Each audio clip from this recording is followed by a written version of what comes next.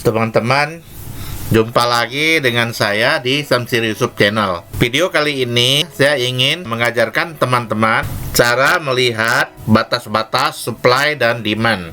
Jadi kalau kita seorang trader yang menggunakan price action, daerah-daerah supply demand ini sangat penting. Nah, ini yang kasih tanda-tanda merah ini, tanda-tanda biru ini namanya daerah supply demand. Jadi jika teman-teman ya tidak ada aplikasi supply demand, teman-teman mungkin bisa menggunakan garis zigzag. Jadi caranya teman-teman ya setting dulu garis zigzagnya, yaitu di custom, lalu cari di bagian paling bawah biasanya. Nah ini zigzag. Ini inputnya teman-teman harus ganti. 12 ini diganti dengan 5. Yang 5 ini diganti dengan 3. Yang 3 ini diganti dengan 1. Lalu setelah itu teman-teman oke aja. Nah ini color ya. Nah, mau warna apa? Nah ini kalau di sini kan merah. Ya karena ini backgroundnya hitam ya, kita cari warna yang agak terang aja. Lalu diokekan. Jadi jadinya seperti ini. Batas-batas supply demand ini sangat penting teman-teman. Terutama kalau kita menggunakan time frame yang agak lebih besar. Seperti di H4. Ya ini ya. Jadi kalau kita itu trading, kita harus selalu melihat yang ke kiri. Umpama kita sekarang kan harganya sudah sampai di sini. Karena kejadian-kejadian yang di kiri ini akan selalu berulang untuk kedepannya yang di sebelah kanan. Contoh, kita lihat di sini. Ini saya menggunakan H4. Ini adalah SAU USD, yaitu emas. Ya, ini kan di daerah zigzag ya teman-teman ya, lihat. Ini setiap ujung zigzag nih kita asumsikan sebagai daerah supply kalau yang di atas. Kalau yang di bawah kita asumsikan sebagai daerah demand. Dan setelah harga turun terhenti dia, lalu harga mantul lagi mau naik. Tapi teman-teman lihat sampai batas ini harga tertahan. Kenapa tertahan? Karena di sebelumnya ya di sini ada daerah supply. Nah, jadi harga setelah berbalik arah dia akan tertahan di daerah supply ini. Nah, nanti kalau harga turun, teman-teman hati-hati. Bisa aja dia nanti berhenti di daerah demand ini. Ataupun kalau demand ini dijebol, maka dia akan melanjutkan trennya turun. Jadi kita sekarang kalau tidak ada aplikasi supply demand, kita bisa menggunakan bantuan, yaitu menggunakan zigzag. Kita anggap setiap puncak-puncak zigzag ini ya yang di atas kita asumsikan sebagai daerah supply. Di sini kita anggap sebagai daerah demand. Nah, jadi selalu terulang begitu. Setelah dia turun kena daerah demand, dia naik lagi. Di sini naik, bahkan di sini naiknya nggak bisa sampai puncak ini lagi. Setelah itu dia turun lagi. Nah, coba kita perhatikan di time frame lebih kecil. Nah, nih. Ini di time frame H1 kita lihat. Jadi kita trading selalu melihat sebelah kiri dulu ya, teman-teman ya. Karena di kiri itu sudah terjadi. Nah, kita harus melihat sebelah kiri ya. Ini ya puncaknya gitu ya. Nah, ini. Jadi kalau teman-teman belum ada aplikasi supply demand, teman-teman juga bisa menggunakan ini draw rectangle ini. Teman-teman bisa kasih juga lah tandanya begini ya, umpamanya yang di puncak ini kan ya, ditarik aja gitu. Jadi secara manual gitu artinya ya. Atau di sini ini juga sebetulnya daerah demand. Lihat ya teman-teman ya, ini harga turun. Sesampai di daerah demand ini, dia mantul lagi ke atas. Setelah kena daerah supply, dia mulai mantul ke bawah, lalu dia naik lagi. Setelah itu dia langsung mantul ke bawah. Dia menjebol daerah demand. Ya, yang demand nih setelah dia jebol, ya dia hancur. Ya, langsung.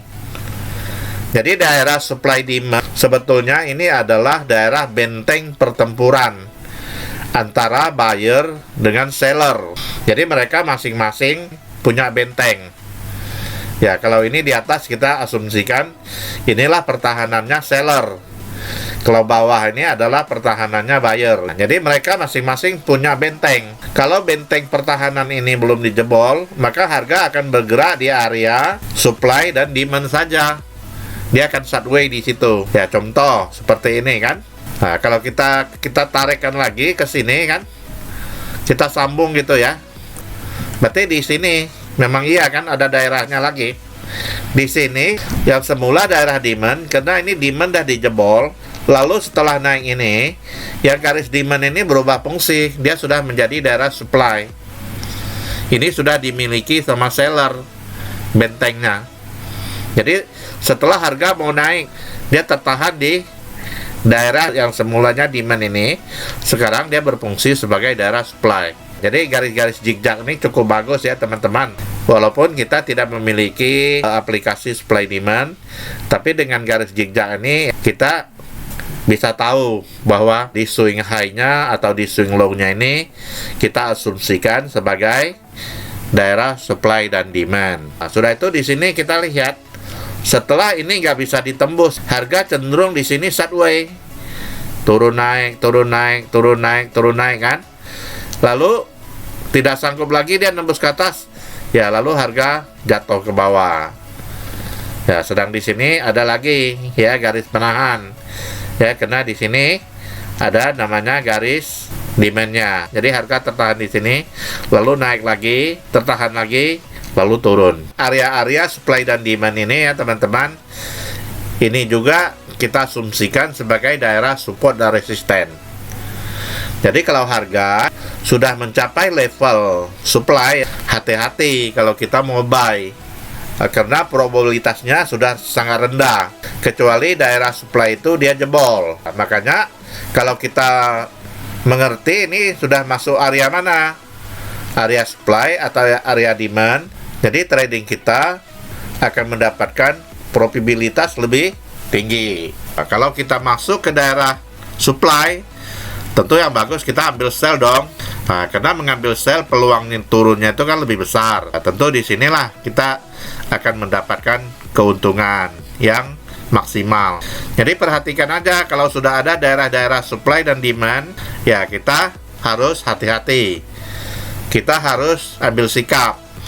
Apakah ini mau di TP ataupun ini mau di cut loss. Tentu saja trading itu kita tidak menggunakan hanya dua indikator ini aja, supply dan demand. Mungkin nanti kita sini bisa tambahkan Fibonacci untuk mengukur kekuatan harga.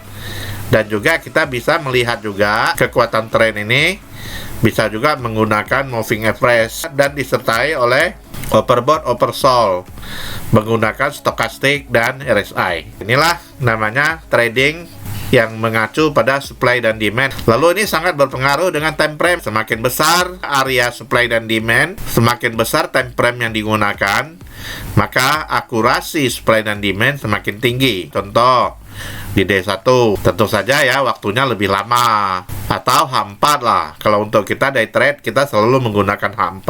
Kalau di H4 ini akurasinya tentu lebih tinggi. Turun lagi ke H1, semakin kecil time frame-nya, area supply demand-nya ya makin sempit gitu ya teman-teman. Kalau 15 supply demand-nya kan semakin sempit karena swing-nya kan semakin banyak. Jika semakin sempit, artinya peluang post break, yaitu sinyal bohong itu lebih tinggi. Ya untuk standarnya kita bisa melihat di H4 lah.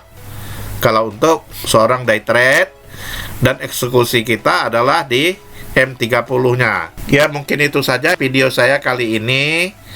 Semoga bisa bermanfaat untuk para newbie dan untuk para trader semua. Jika merasa video saya ini bermanfaat, boleh di-share ke teman-teman newbie, ke teman-teman lainnya, agar kita semua mendapatkan manfaat yang sama. Dan jangan lupa ya, di-like dan di-subscribe, dan tonton lagi ya video-video edukasi saya di channel Samsir Yusuf.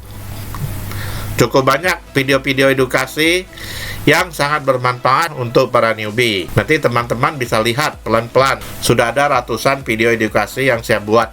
Cukup sekian. Semoga kita selalu diberkati oleh Tuhan Yang Maha Kuasa, diberi kesehatan dan rezeki yang berlimpah. Amin.